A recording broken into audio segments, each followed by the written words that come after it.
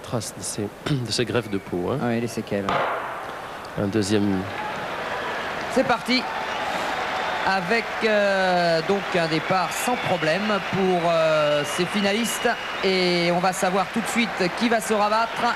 Certainement Maria Mutola qui va prendre le train à son compte. Voilà, elle est devant tout en bleu pour l'instant. Laetitia Vriesde à droite en rouge sur l'écran. Nafidelia Quirot derrière Maria Mutola. Normal, vous l'aviez dit, alors qu'Afanassieva, la russe, est obligée de prendre les extérieurs, ce qui n'est jamais excellent. Voilà, elle va essayer de maintenant peut-être de se rabattre. Non, elle reste à hauteur de Mutola. Mutola, Afanassieva, Quirot derrière, Laetitia Vriesde en 4e position du Suriname, maillot rouge à la corde. Voici donc le scénario planté de ce 800 mètres. Joetta Clark, vous le remarquez, l'américaine avec ses lunettes de soleil. Et la 3e en partant de la fin. Oui, Nafidelia Quirot court toujours ainsi à l'extérieur du premier couloir, donc sans trop faire de chemin, mais en étant toujours en embuscade. Nous allons attendre le temps de passage de ce 800 mètres, bien sûr, avec toujours devant Maria Mutola. Ce n'est pas très rapide. Oh là là, elle va s'exposer certainement à des finishes. Attention, elles sont très nombreuses encore et c'est parti relativement lentement. Elle va pas assez vite, Maria Mutola. C'est un problème pour la Mozambicaine qui doit certainement le sentir alors qu'elle essaie d'accélérer pour empêcher Quirot de passer. Nafidelia Quirot est en train de se porter à hauteur de Maria.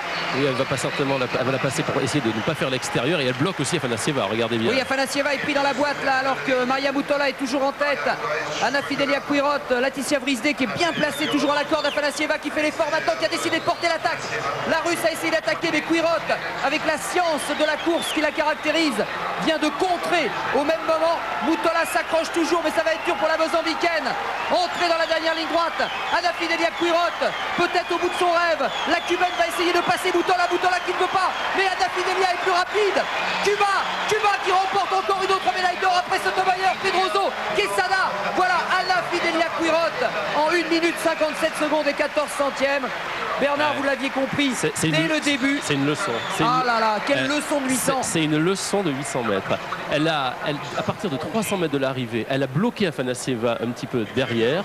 Ensuite, dans le virage, elle l'a promenée au 3e couloir et elle était parfaitement bien relâchée, juste légèrement décalée par rapport à Maria Mutola. Elle n'a pas eu à charge le train, elle a pu se relâcher derrière le tempo donné par la cubaine et elle a fait un sprint très progressif, très relâché. Elle a une maîtrise exceptionnelle. Je pense qu'au niveau tactique, c'est vraiment très bien joué. C'est remarquable. Hein. 1,57-14 pour Nafidelia Quirot. Et vous vous rendez compte que Maria Mutola perd également la médaille d'argent au bénéfice de Yelena Afanassieva, la russe. Et si Quirot, vous me direz avec des si, on peut aller loin, mais si Quirot n'avait pas enfermé Afanassieva, vous savez Bernard, hein, oui, mais attendez, si Quirot ne savait pas courir, bien sûr, elle ne serait pas championne du monde, c'est clair.